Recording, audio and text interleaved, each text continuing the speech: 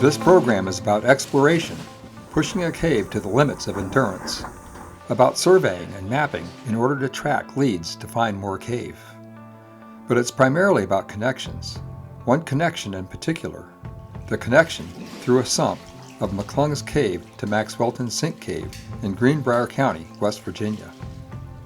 First, a little history. Maxwelton Sink Cave was explored and mapped to 10 miles in length in the mid-60s by the Pittsburgh, Boston, and Philly grottos. Access was through the Cove Creek entrance at a large limestone headwall near the Greenbrier Airport. But in 1969, Hurricane Camille flooded the headwall and filled the entrance with debris. During this same period, nearby McClungs Cave was being explored and surveyed. It eventually maxed out at about 18 miles in length. In 2002, a new entrance to Maxwelton Sink Cave was dug open and the resurvey of Maxwelton commenced. By 2016, the survey was nearly complete with a total of 13 miles. In April of 2016, an obscure lead at the end of Williams Passage, the God Survey, was dug open. As it turned out, this dig flooded during heavy rain events, which made this a real challenge. The foxhole led to a major discovery in Maxwelton. It eventually popped out into Sweetwater, a major river which ran from north to south. This discovery almost doubled the length of Maxwelton, adding nearly 10 miles of large virgin cave to Maxwelton. But even more important, and very pertinent to this program, was the discovery of a sump at the upstream limit of Sweetwater River in July of 2018.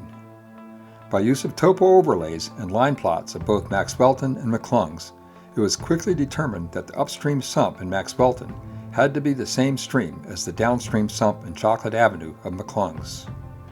The distance between the two sumps was estimated to be between 100 and 200 feet. It took over a year, but a dive trip was finally planned for the dry season, August 31st, 2019. Two sump divers, Zeb Lilly and Brian Williams, and 9 Sherpas met in the field above the Leitner entrance to McClungs Cave on a beautiful Saturday. The Leitner entrance to McClungs Cave is vertical, involving 3 drops of varying length from 40 feet to 12 feet. First, there is a 12-foot deep gnarly down climb, which leads immediately to a 45-foot deep free drop.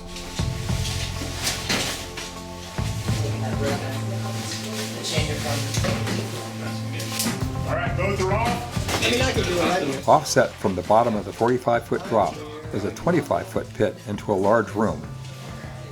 As with the 45-foot pit, gear was lowered one bag at a time and piled up until everyone was down. To have a successful sump dive, lots of gear is necessary. In this case, there were 6 large dive bags for tanks, regulators, lights, fins, masks, and other gear necessary for a dive. Plus a 40-pound bag of lead weights, and then everyone's personal gear. It was a lot of gear for 9 cavers to carry. It's one of the tanks? Yes. Yeah. A body-sized 8-foot deep hole into a short stream crawl posed the challenge for fitting the large packs down the hole.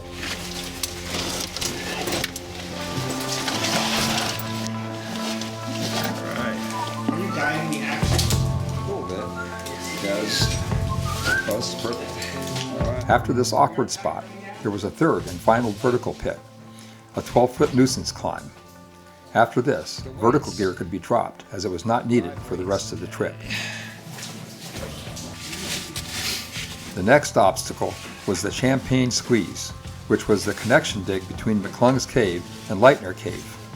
The connection was dug open a while back when McClungs was first being surveyed. The connection crawl is actually a lot larger than it was when it was originally opened, but it was still pretty awkward getting a ton of diving gear through the small crawl. All right.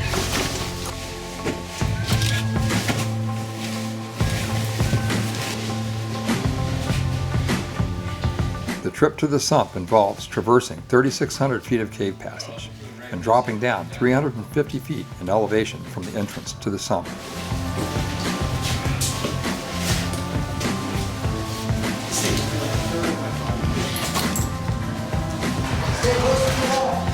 couple of 100 feet from the Champagne Squeeze is the Tufa Trail, a 1,000-foot-long, mostly walking stream passage filled with large rimstone pools. Throughout most of the year, the pools are filled with flowing water, but when the summer is dry, most of the lower Tufa Trail is dry, as it was the day of our dive expedition.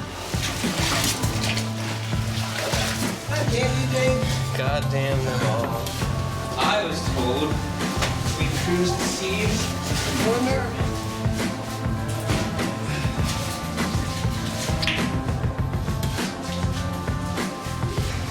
Tufa Trail intersects with Freeman Avenue, a large breakdown trunk going both left and right. Tufa Trail comes out into Freeman Avenue at ceiling level, so it is necessary to climb down 60 feet before heading southwest toward the sump. I'm doing. Yeah. As can be seen, there is some nice easy walking passage, giving some respite to the climbs, crawls, and tight spots. But alas, it doesn't last, as the first pancake crawl must be negotiated. Are we tired yet?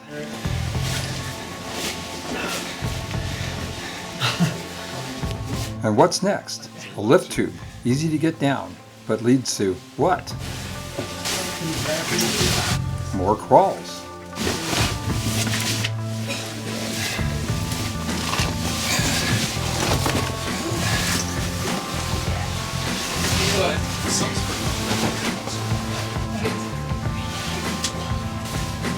This is the final set of crawls before the sump. A set of army and belly crawls that are 200 feet long, with the final tight spot having only 11 inches of clearance.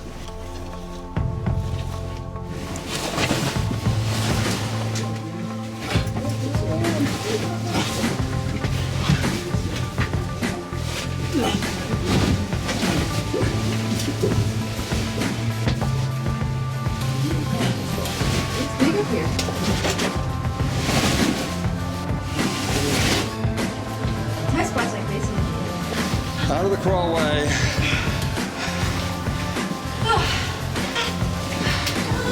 And onwards and forwards to the sump.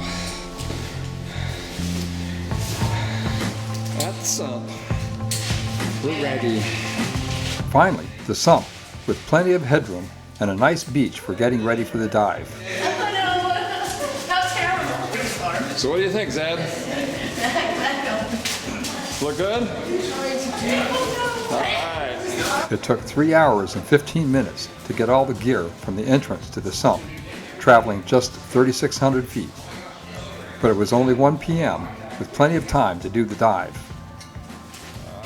Visibility was okay, the stream was low, and the water temperature was around 55 degrees Fahrenheit, and so the dive was on. Brian Williams was elected to do the initial dive. Getting ready for a dive is a long and careful process. It is important to get everything right because your life really depends on it. There are no second chances in sump diving.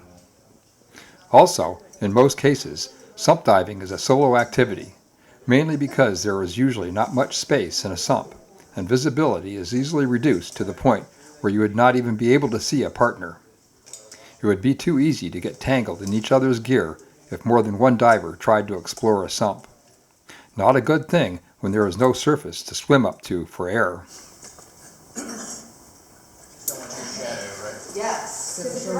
Fins are also a chore to put on, but also a lot of fun. That is awesome. Yeah, really. I can't focus on all you're watching. What? Is your helmet like waterproof? Yeah.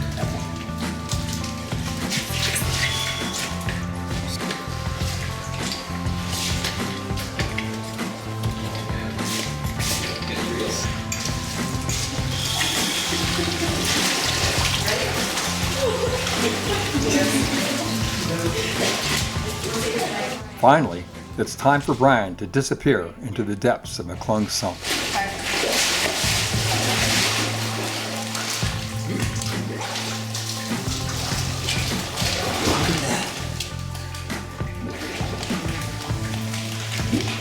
think I know what's about to happen. Zeb's going surveying. 47 minutes later, the suspense builds. Was he successful? Wait for it. On his line.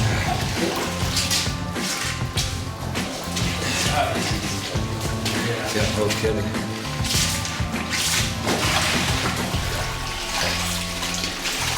All right. Welcome to Max Club.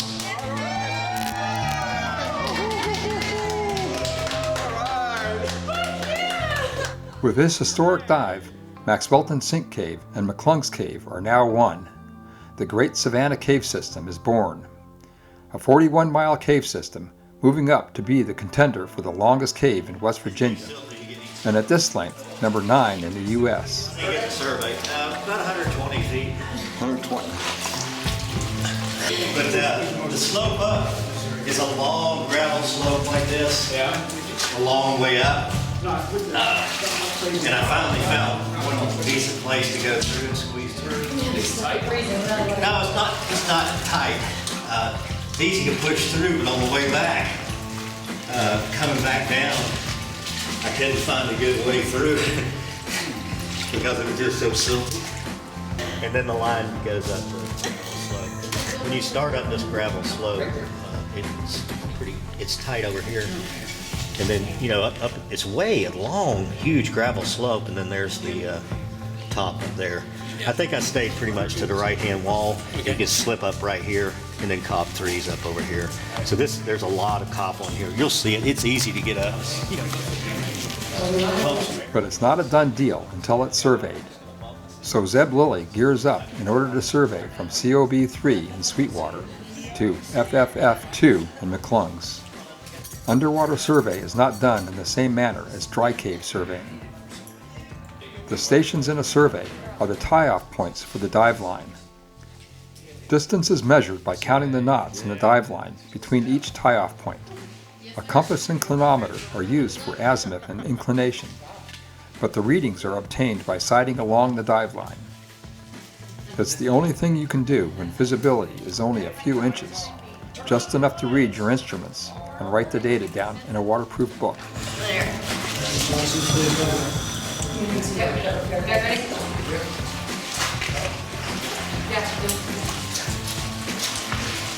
And now it's Zeb's turn, as he slowly makes his way down into the sump.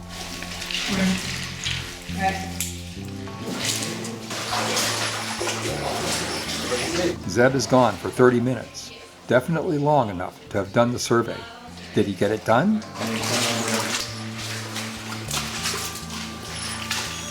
And yes, the survey was done. Now to make the tie-in shots. Oh, perfect. So I got it all. I got through there. I found your salt stake. Make a station right here. So 37 to here. Will be FFF2. What's that station? The survey through the sump turned out to be 234 feet long. The sump itself was 160 feet, with a max depth of 30 feet. This is a sketch of Zeb Lilly's survey and how the map looks with McClungs tied to Maxwelton through the sump. A great and historic achievement for all involved in this project. The trip out was just as hard and long as the trip in, but we'll skip all that and go right to the celebration at the entrance. The Great Savannah Cave System. Township pit has arrived.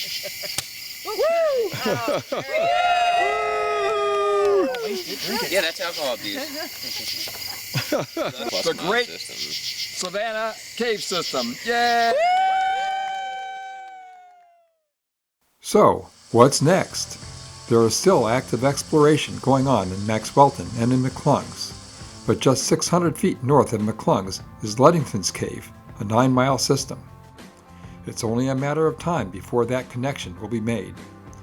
That will make for a 50-plus mile system. As you can see, there is still plenty to do and caves to explore. The Great Savannah Cave System is still growing.